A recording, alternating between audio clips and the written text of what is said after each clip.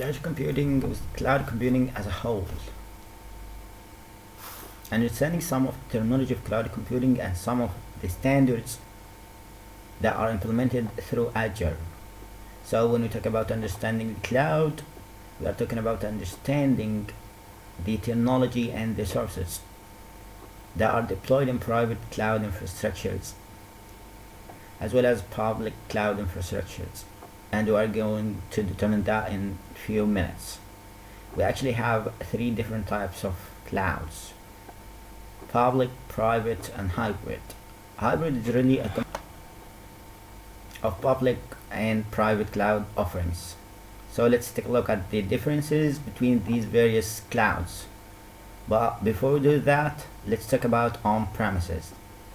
So when we talk about an on-premises infrastructure, we are talking about an infrastructure that deployed within your company.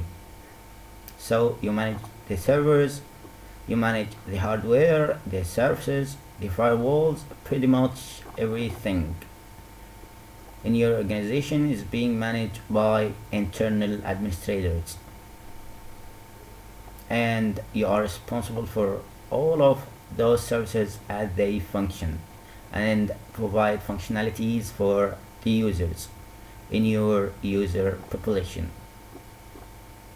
Your users then consume those services, and as they consume them, you need to update and upgrade and manage the hardware that the services live on. On-premise infrastructures have been around for many years, and many administrators today are very familiar with managing enterprise services on premises. As we talk about moving to the cloud, we look at how these types of offerings get transferred in cloud-like functionalities or experience. For example, we have the private cloud, and the private cloud is really an on-premises cloud experience where a user, and that user could be an administrator, has a portal-based environment from which they can manage the infrastructure, provision servers, deploy applications, manage websites. All of those things that can be configured and managed from a portal-based environment, almost hiding the infrastructure that is in the background and exposing only those portals from managing to administrators. Private cloud infrastructure depends on software that manages that private cloud, and that exposes all the functionalities in the portal. A good example of that private cloud software is System Center 2012 by Microsoft, which provides a private cloud infrastructure. It's typically stored in a private data center, so you are still responsible for the hardware. You're still responsible for the software and the network services. The level of responsibility that an internal organization has for a private cloud is really no different than an on-premises infrastructure. The primary difference is the experience of managing the infrastructure. And then we talk about a public cloud. Now you know about the Google Public Cloud, Amazon Web Services, and of course Microsoft Azure. You've heard of Microsoft Azure, and you understand that Microsoft Azure provides this public cloud functionality, and as a vendor responsible for most tasks that are performed within their Azure infrastructure. The public cloud uses a leasing-based model, which is basically is a pay-as-you-go or pay-as-you-use type of infrastructure.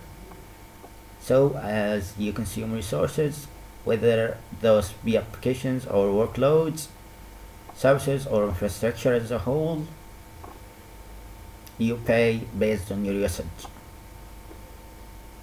That usage may be the amount of data that is stored in the cloud infrastructure, as well as the services offered by virtual machines, for example. A great advantage of a public cloud infrastructure is that you have this entire infrastructure that's already there. And if you need to deploy a new application or you need to deploy a new server, you can do that very quickly and at a very low cost, because you don't need to purchase new hardware to support that additional infrastructure. Sometimes simply purchasing hardware for an organization can take weeks or months, especially in large organizations. If you have a public cloud infrastructure, it can be just quickly as a couple of minutes to provision a virtual machine that will then store or host all the services that you want to make available to your users. When you're looking at a major operational difference of a public cloud, is that we're really reducing the capital expenditures of company. You no longer need to spend as much money on your servers. You can reduce those, however. You will have a major increase in operational expenses, the expenses that are recurrent on a monthly basis to support the usage of your public cloud. Whether you decide to go with an Azure public cloud or an Amazon Web Services to host your virtual machines, the model is really quite similar.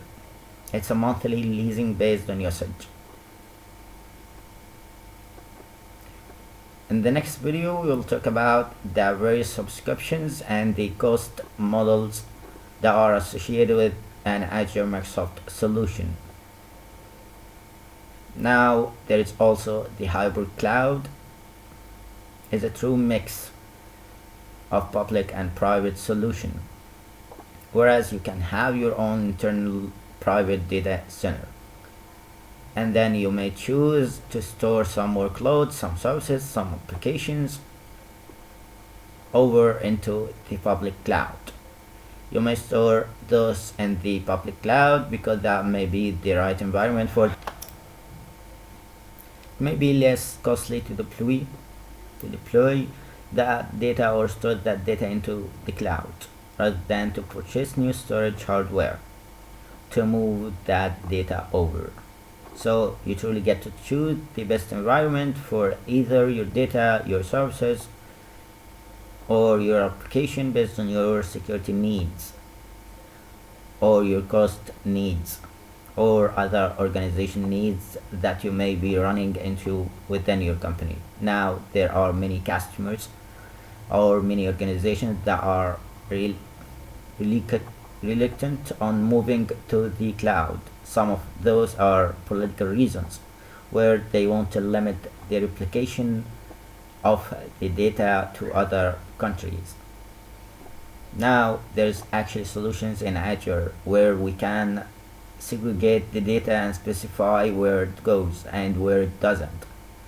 But that perception still exists, where people may not want to do a full migration to a public offerings, and in order to limit that but still get the benefits of a public cloud, the hybrid cloud or the hybrid solutions gives you the ability to only selectively put resources into the cloud for which they are appropriate.